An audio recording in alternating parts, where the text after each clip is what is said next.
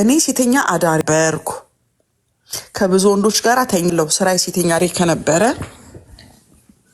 ነበርኩ። ምክንያቱም ዋን ዴይ የተኛው ይመጣል እንዴ ማናት እቺ ታውቃታለህ ሊለው ይችላል። ስለዚህ ነበርኩኝ። ዛሬ ግን አይደለሁም።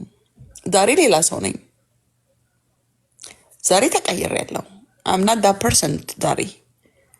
አንተም እንዲህ አይነት ወንድ ነበርኩኝ። ዛሬ ግን እንደዚህ ነኝ። ልጆች ወልጃለሁ ወይም ልጅ ወልጃለሁ። እንደዚህ አይነት ልጅ አለኝ። ይሄ ነገር ልጅ በተለይ ልጅን ምንም ይደበቅ ልጅና ይሄ ሴተኛነት በተለይ የነበራችሁ ሴቶች የነበራችሁ ወንዶች ወንደኛ ዳሪ እንደዚህ አይነት ላይፍ ውስጥ ማለት መቼም ወንደኛ ዳሪ ነው አይባልም።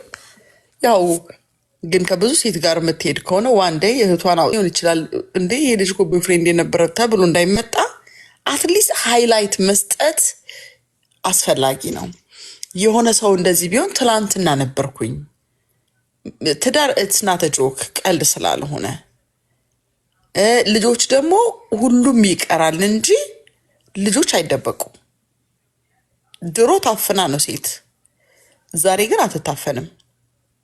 ትላንትና ሆኖብናል፣ ዛሬ ግን ያንን የሆነብንን ገልብጠን ነው የምንወጣው። በፍጹም ለባል መደበቅ የለበትም ልጅ።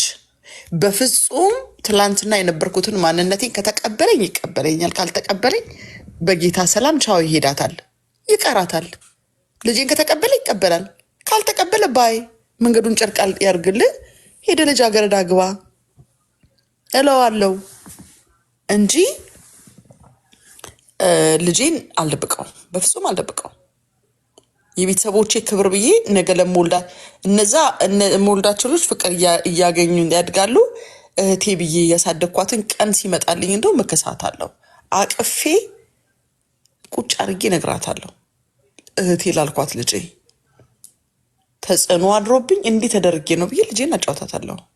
ለልጄም እነግራታለሁ፣ ለባሌም እነግረዋለሁ። ባልም መናገር አለበት ብዬ ነው ማምነው። ምንም ነገር ሚንስ እንደዚህ ሲሪየስ የሆኑ ነገሮች እንጂ ማወቅ የሌለባቸው እንዳልኳቸው የጓደኞቻችንን ታሪክ ምን አገባው? የጓደኛሽ ባል ማን ነው? ጓደኛሽ ወጣች ምን አገባው? ምን አገባኝ? አይመለከተንም። ዲቴል የእህቴን የምናምን አይመለከተንም። የሚመለከተው እኔም በተመለከተ ግን ማወቅ አለበት። ቅድም ሊሊ እንዳለችው የታወቀ ለታ የሚያመጣው ኮንሲኩዌንስ እንደገና ደግሞ ለምን በምጥ ውስጥ ስንኖራለን? አሁን እህቴ እንዳለችው ማለት ነው ፍሪደማችንን በቀላሉ ማድረግ ስንችል እና ይህንን ነው ምለው። ሊሊ ደግሞ እግዚአብሔር ዘመንሽን ይባርክ። መተሽ በድፍረት ሲጋ ስለነገርሽን ጌታ ኢየሱስ ዘመንሽን ይባርክ እላለሁኝ። ቴንኪው